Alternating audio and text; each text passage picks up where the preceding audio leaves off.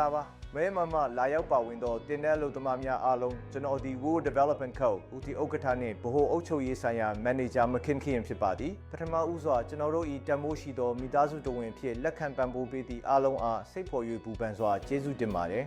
်အခုဒီအချိန်မှာကိုရီးယားနိုင်ငံ၏အရေးကြီးသော infrastructure များကိုဖန်တီးလှုပ်ဆောင်နေကြသည့်အဖော်ဖက်ကောင်းများနှင့်ပူးပေါင်းဘက်ထရီများဖြစ်ပါသည်ဒီနေ့မှာတော့တင်တို့ပါဝင်လုပ်ကိုင်နေတဲ့ tunnel construction ဖြစ်တဲ့နာနီးပညာအကြောင်းကိုခမန်းတိုင်းရှင်းပြပေးချင်ပါတယ်NAT ဆိုတာမူလမြေပြင်ဤအားကောင်းသည့်ထောက်ခံနိုင်စွမ်းကိုထိရောက်စွာအသုံးပြုပြီး tunnel ကိုပုံမအန္တရာယ်ကင်းစွာစွမ်းဆောင်ရည်မြင့်စွာဆောက်လုပ်နိုင်သည့်နည်းပညာတိုးတက်သောနည်းလမ်းတစ်ခုဖြစ်ပါတယ်လုပ်ငန်းစဉ်တွေက excavation drilling blasting muck removal shotcrete engine support steel rib rock bolt တက်ဆင်ခြင်းစသဖြင့်အလှည့်ကျဆောင်ရွက်သွားပါတယ်ဒီလုပ်ငန်းစဉ်တွေကိုနောက်ဆက်တွဲထပ်ခါတလဲလဲဆောင်ရွက်သွားတဲ့အခါတည်ငြိမ်ပြီးတမာသော tunnel တစ်ခုပြီးစီးသွားလိမ့်မယ်မကြာခဏအနေနဲ့တင်တို့သည် excavation drilling muck removal shotcrete engine rock bolt တက်ဆင်ခြင်းစတဲ့အထောက်ပံ့လုပ်ငန်းမျိုးကိုလက်တွဲဆောင်ရွက်ရပါမယ်လုပ်ငန်းစဉ်တွေတစ်ခုနဲ့တစ်ခုပူးပေါင်းညီညွတ်မှသာtunnel တစ်ခုကိုတေချာပြီးစီးစေနိုင်မှာဖြစ်လို့တင်တဦးချင်းစီရဲ့တာဝန်ကအလွန်အရေးကြီးပါတယ်တင်တို့ရဲ့ကြိုးပမ်းမှုနဲ့ပူးပေါင်းဆောင်ရွက်မှုတွေကပဲ Women Development နည်းပညာအရေးအသွေးကိုပြည့်စုံစေပါတယ်အန်ဒီရဲ့ကိရှင်းမှုကအများကြီးအရေးကြီးတဲ့အချက်ပါတင်တို့အလုပ်ကိုမာနခေဆောင်ရွက်နိုင်အောင်ကုမ္ပဏီကအမြဲတမ်းတွဲဖက်ကူညီနေပါလိမ့်မယ်ဒန်tunnelအလုပ်များကိုကျင်းမြောင်းပြီးမှောက်မိုက်သောနေရာများတွင်ဆောင်ရွက်ကြပါသည်လုပ်သားများသည်ညညင်အကန့်အသတ်ရှိသည့်အခြေအနေတွင်တဦးနှင့်တဦးအန္တရာယ်ကင်းစေရန်တေချာတရက်စွာပူးပေါင်းလှုပ်ဆောင်ရပါသည်ပောက်ကွဲပြီးနောက်ချိုးကျနိုင်သောကြောက်တုံးများကိုအမြန်ဆုံးနှင့်တိကျမှန်ကန်အောင်ထောက်ထားပံ့ပိုးရပါသည်ဒီအချိန်ခါ၌လုပ်သား၏ဆုံးဖြတ်နိုင်မှုနှင့်လှုပ်ဆောင်လျင်မြန်မှုသည်များစွာသောစံနှုန်းထားသည့်စိတ်ရှည်တမ်းမှုဖြစ်လာပါသည်အခုနီလ၏အဓိကလုပ်ငန်းစဉ်များကိုအတူတကွကြည့်ကြမည်ပထမ drilling ရန်ခွင်ထိုးခြင်း drill ကိုတုံးပြီးကြောက်တုံးတွင်အပေါက်ဖောက်ပါသည်ဤလုပ်ငန်းသည်နောက်ထပ်မှလှုပ်ဆောင်မီပောက်ကွဲမှု၏တိကျမှန်ကန်မှုကိုဆုံးဖြတ်ပေးသည်ဒုတိယ charging blasting တတ်မှတ်ထားသည့်နေရာတွင်ပောက်ကွဲသူကိုတင်သွင်းပြီးကြောက်တုံးကိုပောက်ကွဲစေက excavation ကိုဆက်လက်လှုပ်ဆောင်ပါသည်တတိယ marking ကြောက်စုပဲဖယ်ရှားခြင်းပောက်ကွဲမှုကြောင့်ကြက်ကျသွားသောအကြောင်းများကိုမြ мян ဆန်ဆန်ဖယ်ရှားရပါသည်တန်ရှင်းတက်ရက်စွာလှုပ်ခြင်းသည်နောက်ထပ်ထိရောက်မှုကိုဆုံးဖြတ်ပေးသည်စတုထ shotcreteပတ်လိုက်၍ကြောက်မျက်နှာပြင်ကိုကာကွယ်ခြင်းနှင့်ထပ်မံနိုင်ငံကြအောင်အသင့်အတင့်ခိုင်မာအောင်လှုပ်ဆောင်ပါသည်ပြီးရင် rock bolt ခိုင်မာသောပုံများကိုတက်ဆင်ကကြောက်တုံး၏စုစုပေါင်းတည်ငြိမ်မှုကိုအထောက်ပံ့ပေးပါသည် Champ steel support installation ဟီဘင်ကဲ့သို့သောတမဏိတကားတက်ဆင်မှုများကိုတက်ဆင်၍ထောင်းနှံပြည်တွင်းတိဆောက်ပုံအမြောက်ကိုကည်ဆုံစေပါသည်မြေအောက်ဌာနဆောက်လုပ်မှုတွင်အန္တရာယ်များနှင့်အမြဲတမ်းထိတွေ့ရပါသည်။နန်းဤပညာသည်ကျွမ်းကျင်မှုမြင့်မားသဖြင့်လုံခြုံရေးကိုတင်းကျပ်စွာလိုက်နာရပါသည်။ထို့ကြောင့်ယခုမှစ၍အလုပ်တည်နေရာ၌ဖြစ်ပွားနိုင်သည့်အထူးအန္တရာယ်မျိုးစားများကိုတစ်ခုချင်းစီသုံးသပ်ကြည့်သွားပါမည်။ rock fall ဖြစ်ပွားနိုင်သဖြင့်အလုပ်လုပ်နေစဉ်အထက်မှကြောက်စကြွများကြားရောက်နိုင်သည့်ထို့ကြောင့်လုံခြုံရေးခေါင်းစဉ်နှင့်ကာကွယ်ရေးဝတ်စုံများကိုမဖြစ်မနေဝတ်ဆင်ရပါသည်။ asphyxiation အန္တရာယ်ရှိနိုင်ပြီးထားလော့အတွင်းတွင်လေဝင်လေထွက်ကန့်သက်ထားသောကြောင့်အောက်ဆီဂျင်နည်းပါးခြင်းသို့မဟုတ်အဆိပ်တက်ယိုယွင်းမှုဖြစ်ပါကအချိန်တိုအတွင်းသတိလစ်နိုင်သည့်ထို့ကြောင့်ဓာတ်ငွေ့တိုင်းတာခြင်းနှင့်လေဝင်လေထွက်ကိုအမြဲတမ်းစစ်ဆေးရပါသည် blasting hazard ဖြစ်ပွားသည့်အခါပျော်စွာလုပ်ငန်းအတွက်သတ်မှတ်ထားသည့်နေရာအပြင်ဘက်တွင်ရက်နေရခြင်းသည်အလွန်ထိခိုက်နစ်နာစေနိုင်သောအန္တရာယ်များဖြစ်ပွားစေနိုင်ပါသည်ထို့ကြောင့်အချက်ပေးသက်စနစ်များနှင့်အရေးပေါ်ထွက်လို့ရအသုံးပြုသည့်လမ်းညွှန်ချက်များကိုတေချာနားလည်ထားရမည်ဖြစ်ပါသည် heavy equipment အနီးနားတွင်မြင်ကွင်းကန့်သက်ထားပြီးအန္တရာယ်များတက်သည့်ထို့ကြောင့်စက်ကရိယာလှုပ်ရှားနေစဉ်အလုပ် area ပြင်ပမှသာလမ်းပြောင်းလှုပ်ရှားရပါသည်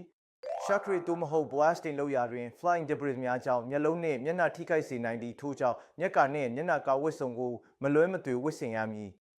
slip fall ဖြစ်နိုင်သဖြင့်နေချိုးမှုဖြော်နေသောမြေပြင်များအလင်းမရသောနေရာများဂုံတရက်မထားသေးသောကေဘယ်များသည်အန္တရာယ်ဖြစ်စေနိုင်ပါသည်လုပ်ငန်းစတင်မလုပ်မီအနောက်အရှိတ်နေရာများကိုစစ်ဆေးပြီးခြေထောက်တက်အောက်ကိုအမြဲတေချာကြည့်ရှုရပါသည် noise vibration ကြောင့်စက်ကရိယာ၏စူညံတန်နှင့်တုန်ခါမှုများကနားထွင်းတန်နှင့်ပင်ပန်းရိပ်မိစေပါသည်ထို့ကြောင့်နားပိတ်စည်းဝတ်ဆင်ပြီးလုံလောက်သောအနားယူလိုအပ်သည်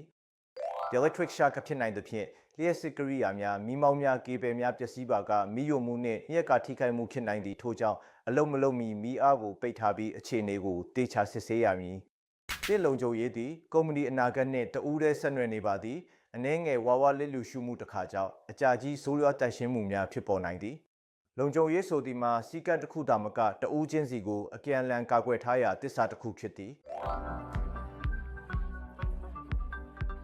ထားတော့ဆောက်လုပ်ရနေရာတွင်လုံခြုံမှုသည်အလွန်အရေးကြီးပါသည်အတွေ့အကြုံကင်းမြောက်သောအလုပ်သမားများတော်လည်းအခြေခံစည်းကမ်းများမလိုက်နာပါကအန္တရာယ်ကြီးများဖြစ်ပေါ်နိုင်ပါသည်ယခုမှစ၍လုံခြုံမှုအတွက်မထစ်မနေဝတ်ဆင်ရသောဖရီလုံခြုံရေးကိရိယာများ၏အရေးကြီးမှုကိုရှင်းပြလိုပါသည်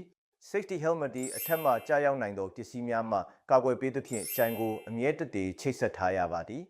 Safety goggles သည် blasting သို့မဟုတ် shock တွေပြုလုပ်ရာတွင်ပြန်တန်းထွက်ပစ်နိုင်သည့်ဖုံမှုနှင့်ကြောက်စကြွများမှမျက်လုံးကိုကာကွယ်ပေးပါသည် Dust mask သည်အစိတ်တက်နှင့်အသေးစိတ်ဖုံမှုများမှအသက်ရှူလမ်းကြောင်းကိုကာကွယ်ပေးသောကြောင့်အလုံးမစတင်မီ mask တပ်ဆင်ထားမှုကြည်လင်မှုကိုတေချာစစ်ဆေးရပါသည် Reflective vest သည်အလေးမရသောထောင်တော်အတွင်း၌လွယ်ကူစွာပြသနိုင်စေသည်လုံခြုံရေးအတွက်အလွန်အရေးကြီးပါသည်ဗက်တထဲကပင်အသက်ကယ်နိုင်စွမ်းရှိပါသည် Safety shoes သည်မလွယ်ကူသည့်ပစ္စည်းကြရောက်ခြင်းများနှင့်ရှော့ချိုးခြင်းများကိုကာကွယ်ပေးပါသည့်ခြေအိတ်ကြိုးများမဖြုတ်သွားစေရန်အမြဲတမ်းတေချာစစ်ဆေးထားရပါသည် Earplug သည် blasting ဆူညံတံများနှင့်စက်ကရိယာအတံမြင့်များမှနားထွင်းတံကိုကာကွယ်ပေးပါသည့်အချိန်ရှည်ကြာအလုပ်လုပ်သည့်အခါမထစ်မနေဝတ်ဆင်ရပါသည် Insulated gloves နှင့် rubber boards သည်လျှက်စစ်ကိရိယာများသို့မဟုတ် cable ပြုပြင်သည့်အလုပ်တွင်ဖြစ်ပွားနိုင်သောလျှက်စစ်ထိခိုက်မှုမှကာကွယ်ပေးပါသည်အထူးသဖြင့်အေးဆိုနေရာများ၌ပုံမသတိထားရပါသည်အလုပ်သွားရန်မတိုင်မီလှုပ်ဆောင်ရန်အချက်များနှင့်ဖြစ်နိုင်သောအန္တရာယ်ကြောင်းများကိုတေချာနားလည်ပြီးမှတ်သားထားရပါသည်လုပ်ငန်းစတင်မပြုမီတွင်ဆွေးနွေးပွဲသို့အပြည့်အဝတက်ရောက်ရန်လိုအပ်ပါသည်တပွင့်ပြုလုပ်သည့်အခါအန္တရာယ်ချက်ချိန်များအရေးပေါ်အခြေအနေတွင်လှုပ်ဆောင်ရန်အဆင့်များနှင့်ထွက်ပြေးလန့်ညွှန်ချက်များကိုတေချာတင်ကြားနားလည်ရပါသည်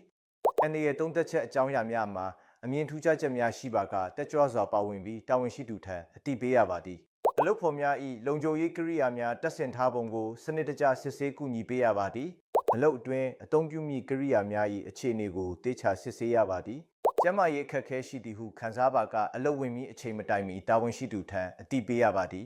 သူလုပ်ငန်းအတွင်းချမှတ်အမိန့်မရှိသောအလုပ်များကိုလုံးဝမပြုလုပ်ရပါအလုပ်မစတင်မီအောက်ဆီဂျင်နှင့်ဓာတ်ငွေ့တိုင်းတာကိရိယာဖြင့်လေထုအခြေအနေကိုစစ်ဆေးရပါသည်ပျက်စီးချော်လဲနိုင်သည့်နေရာများနှင့်မတည်ငြိမ်သောကြောက်တုံးအပိုင်းအစများကိုအလုံးမစတင်မီကြိုတင်စစ်ဆေးပြီးအန္တရာယ်ဖြစ်စေနိုင်သည့်နေရာများကိုလုံးဝမဝင်ရပါဌာနအတွင်းရှိအမြင့်ဖိအားလျှက်စစ်ကိရိယာများကိုခွင့်ပြုထားသူမဟုတ်ပါကလုံးဝမဖွင့်ရမထိန်ချုပ်ရပါယခုမှစ၍တင့်လုံခြုံမှုနှင့်အသက်ကိုကာကွယ်ရန်အရေးကြီးသည့်လုံခြုံရေးစည်းကမ်း9မျိုးကိုဖော်ပြပေးပါမည်ယင်းစည်းကမ်းများကိုတေချာမှတ်သားပြီးမခင်မနေလိုက်နာရပါသည်အကြောင်းကြားတန်ကြားသွားသည့်အခါလုပ်ငန်းအားလုံးကိုချက်ချင်းရပ်တန့်ပြီးခန့်သက်ထားသောလုံခြုံရနေရာသို့ချက်ချင်းရွှေ့လျားရပါသည်အချိန်တိုတစ်ချက်နှောင့်နှေးမှုတစ်ခုသာဖြစ်လဲအန္တရာယ်ကြီးဖြစ်ပေါ်နိုင်ပါသည်မော်တော်စက်ကရိယာများနီးကပ်လာသည့်အခါအိုက်ခန့်ထိုက်သို့မဟုတ်လက်တံဖြင့်တဦးနှင့်တဦး၏တည်နေရာကိုတေချာသိရှိရပါသည်လမ်းညွှန်သူရှိလျင်ညင်းဤညွှန်ပြချက်ကိုလိုက်နာရပါသည်အတည်ပြုခြင်းမရှိသောလှုပ်ရှားမှုများသည့်တိုက်မိမှုဖြစ်စေနိုင်ပါသည်အမြင့်ရှိကိရိယာပေါ်တွင်တက်နေစဉ်အပေါ်ဘက်နှင့်အောက်ဘက်တွင်တပြိုင်နက်လုပ်ငန်းမပြုလုပ်ပါနှင့်အပေါ်ဘက်မှကျလာသည့်ပစ္စည်းများသည့်အောက်ဘက်၌ရှိသူများအတွက်အန္တရာယ်ကြီးဖြစ်စေနိုင်သည်အလုပ်လုပ်စဉ်တွင်မပြေးပါနှင့်တတ်မှတ်ထားသည့်လမ်းကြောင်းမှသာရွေလျားရပါသည်ထားသောအတွင်လှုပ်ရှားနေသောစက်ကရိယာများနှင့်တိုက်မိနိုင်ပါသည်ရေဆိုနေသောတကြိုးများကိုမထိကန်ရလျှက်စစ်ကိုလက်ထောက်မဲ့ဖြင့်မလုပ်ရပါလျှက်စစ်ထိခိုက်မှုသည်အကြောင်းကြားမှုမရှိဘဲဖြစ်ပေါ်နိုင်ပြီးတစ်ချက်တည်းအသက်အန္တရာယ်ဖြစ်စေနိုင်ပါသည်ဓာတ်ငွေ့နှုန်းသို့မဟုတ်အောက်ဆီဂျင်နှုန်းတိုင်းတာကိရိယာမှအန္တရာယ်တံပေါ်လာသွားချိန်တွင်လုပ်ငန်းအားလုံးကိုချက်ချင်းရပ်တန့်၍လေဝင်လေထွက်ကောင်းသောနေရာသို့အမြန်ရွှေ့ရပါသည်မူဝါလာခြင်းသို့မဟုတ်အသက်ရှူမလုံလောက်လာပါကတန်တန်ခေမခံမနေရပါအလုံးမလုံးမီမိဘုံတန်သို့မဟုတ်မိကိုမြူမီရပါကအနီးဆက်ဆုံးလုပ်ဖို့ကင်ဘတ်သို့မဟုတ်တာဝန်ခံထံချက်ချင်းအတိပေးရပါသည်ဖရွန်လေးကျင်းသည့်ထွက်ပြေးလမ်းကြောင်းအတိုင်းညံ့ညံ့ဆဆန်ရွေ့လျားရပါသည်လိုအပ်ပါကထွက်ပြေးကိရိယာများနှင့်မိသက်ကိရိယာများကိုအသုံးပြုနိုင်ပါသည်လျှက်စစ်ထိခိုက်မှုဖြစ်ပွားသွားပါကလက်ဖုံးမဲ့ဖြင့်မနီးမချင်းကဲ့ရပါလျှက်စစ်တအားကိုအရင်ဖြတ်တောက်ပြီးထိုအခါအနီးရှိလုပ်ဖို့ကင်ဘတ်များထံကယ်ဆယ်ရေးအကူအညီတောင်းရပါသည်မတော်တဆဖြစ်ပွားပါကတာဝန်ခံထံချက်ချင်းအတိပေးပြီးအနီးအနားရှိလုပ်ဖို့ကင်ဘတ်များနှင့်အခြေအနေကိုချက်ချင်းညဝေပါအချိန်တိုတစ်ချက်နှောင့်နှေးမှုတစ်ခုကပင်အသက်အန္တရာယ်ဖြစ်စေနိုင်ပါသည်ထပ်မံအားကြီးပြောကြားလိုပါသည်တင်တို့၏လုံခြုံမှုသည်အလွန်အရေးကြီးဆုံးဖြစ်ပါသည်အလုံမြတ်နှုံထက်လုံခြုံစွာပြန်လာနိုင်ခြင်းကပင်တကယ်ရလဒ်ဖြစ်ပါသည်ဘာသာမတူကွာပြီးနားလည်ရခက်ခဲသည့်အခါများရှိလဲလုံခြုံမှုဆိုသည့်အတိတ်ပဲကိုသာမမေ့အောင်မှတ်ထားပါလုံခြုံမှုသည်ဂရိကဝတ်လည်းဖြစ်ပြီးတာဝန်လည်းဖြစ်ပါသည် ကျွန်ုပ်တို့အားလုံးပြန်သွားသည့်အချိန်ထိတဦးနှင့်တဦးကာကွယ်ကူညီကလုံခြုံစွာကျန်းမာစွာအလုပ်လုပ်ကြပါစို့ယေရှုတင်ပါတယ်